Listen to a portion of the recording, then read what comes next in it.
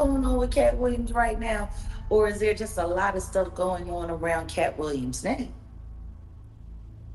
Is there truly a whirlwind of activity swirling directly around Katt Williams himself these days? Or is it more accurate to say that the chaos is unfolding in the periphery, orbiting his name without his active participation? From what observers have noted, Williams appears to be maintaining a deliberate silence, stepping back from the spotlight as he prepares for the next phase of his tour. He's not issuing statements, not engaging in public spats, and certainly not fueling the fire with new revelations. Instead, it's the stories, the rumors, and the speculation that seem to be multiplying like shadows in the dim light of social media echo chambers. These tales emerge from unclear origins, whispers passed along without verifiable sources, detached from any official reporting. They circulate freely, prompting questions about their true genesis. Who planted these seeds, and why now? Take, for instance, the heartbreaking case of Reggie Carroll, the comedian who was tragically shot and killed, reportedly 5 times, right outside a property loosely tied to Williams. Then there's the arrest of someone described as Williams' cousin in connection to the incident. These details hit hard, evoking immediate sympathy for Carroll's family and a sense of unease about the broader implications. Yet, amid the grief, a pattern emerges. During the intense scrutiny surrounding the Diddy trial and its aftermath, the verdicts, the revelations, the fallout, Williams stood out as an anomaly. While other figures who had spoken out faced relentless backlash, he seemed oddly insulated, almost overlooked. It was as if the storm passed him by, leaving everyone else battered. But that exemption only amplified the hunger for his involvement when tragedy struck nearby. Observers couldn't help but notice how eagerly some narratives latched onto him, twisting the focus from mourning a lost talent to pinning blame on the one person who had dared to speak truths others shied away from. This isn't just passive observation, it's a pointed critique. The conversation shifts to how the discourse around Carroll's death has veered off course. Rather than centering on the victim's life, his contributions to comedy, or the pursuit of genuine accountability for his killer, the emphasis lands squarely on undermining Williams.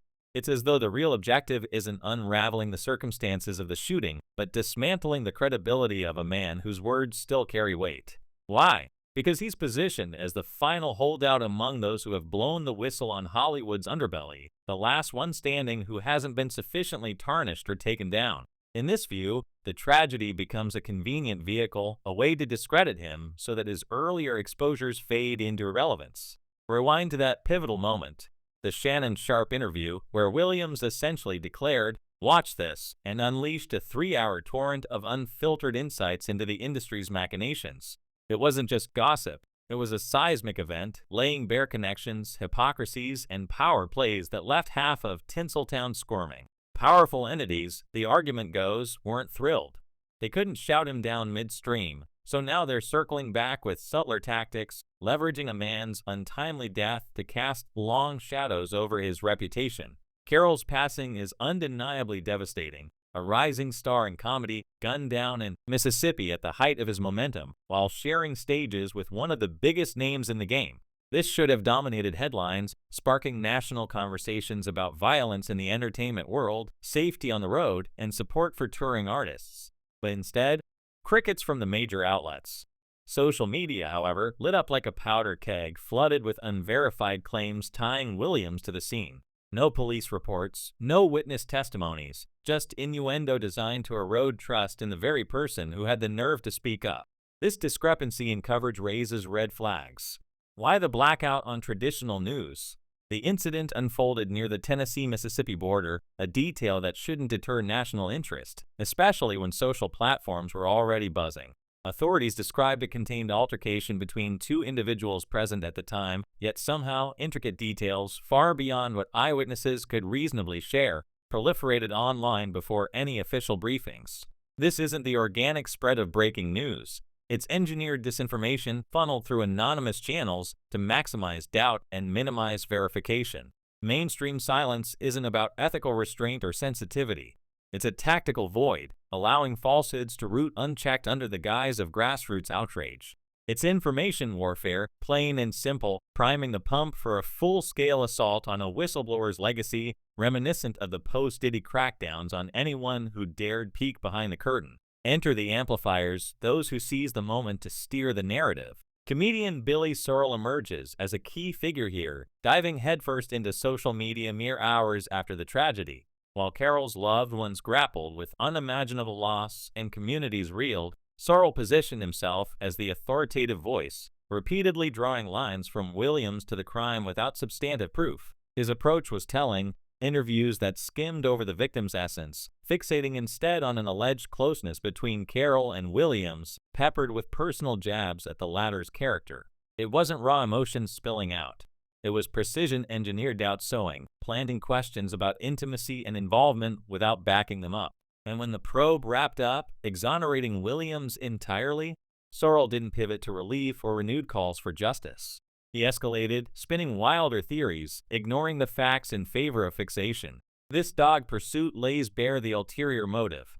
True mourning would amplify the victim's humanity, rally for thorough probes into the actual perpetrator, and honor the family's pain. But Sorrell's output reads like a hit piece, more concerned with implicating the cleared party than illuminating the crime.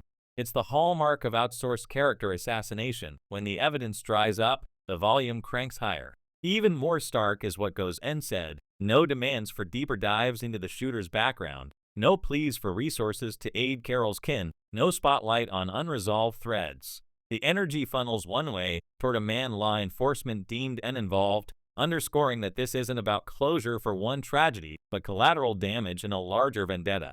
Scrutiny of the foundational claims reveals how flimsy the edifice truly is. Social feeds brimmed with assertions that the shooting unfolded on Williams' property, evoking images of a direct confrontation at his doorstep. But peel back the layers, and the story unravels. The residence in question? Not personally owned by Williams.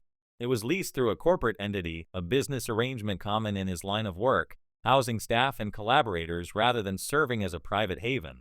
Carroll and the suspect, Tronell Williams, were roommates there, part of the tour entourage, but that linkage is professional, not personal. Williams has long practiced compartmentalization, separating family from business, creativity from chaos. His past setups, like the Marina Del Rey home reserved strictly for script sessions and joke writing with select collaborators, kept his kids in a distinct space entirely. Spotting someone at a work-related property doesn't equate to ownership or oversight. It's logistics, not liability. This deliberate separation isn't oversight. It's strategy, a buffer that now ironically bolsters his detachment from the event. Yet the rumors persist, inflating proximity into culpability. And in the rush to vilify, even the victim gets recast, not as the vibrant performer he was, but as a powder keg of emotions prone to outbursts and instability. If the goal were honoring Carroll, why dwell on his flaws? Why frame his end as almost predestined? This dual smear, tainting the deceased while targeting the survivor, serves to blunt empathy, making the narrative easier to swallow. It minimizes the outrage over a life cut short, redirecting scrutiny to a fabricated villain.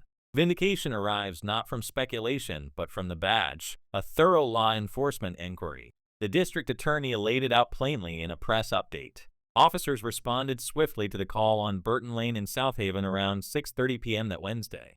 On arrival, they encountered two men, the victim and the shooter, already on site. Immediate aid was rendered to Carroll, who had sustained multiple wounds, but despite valiant efforts at the scene and en route to the hospital, he didn't survive. Parallel to life-saving measures, the investigation kicked off. Evidence collection, photography, witness canvassing. Probable cause crystallized quickly, leading to an arrest warrant for Tronell Williams, the roommate, nabbed that very night. The DA took pains to quash misinformation, emphasizing this as a domestic dispute between acquaintances, with zero ties to Katt Williams. No presence, no knowledge, no complicity. This isn't a half-measured dismissal or a nod to fame. It's a professional affirmation, staking institutional integrity on the absence of involvement. Yet the clearance landed like a pebble in a hurricane, barely registering amid the gale of online conjecture. The campaign churned on undeterred because its aim was never tethered to facts. It was always about the optics, the erosion of trust in a voice that had pierced the veil. To grasp the full malice, zoom out to the ecosystem, the post-Diddy landscape, where whistleblowers became piñatas for coordinated trolls. Since the arrest and denied bail, platforms turned toxic, swarms descending on comment sections, fabricating feuds, infiltrating spaces to sow discord. Everyone caught heat. The singers, the actors, the insiders who corroborated ugly patterns. But Williams?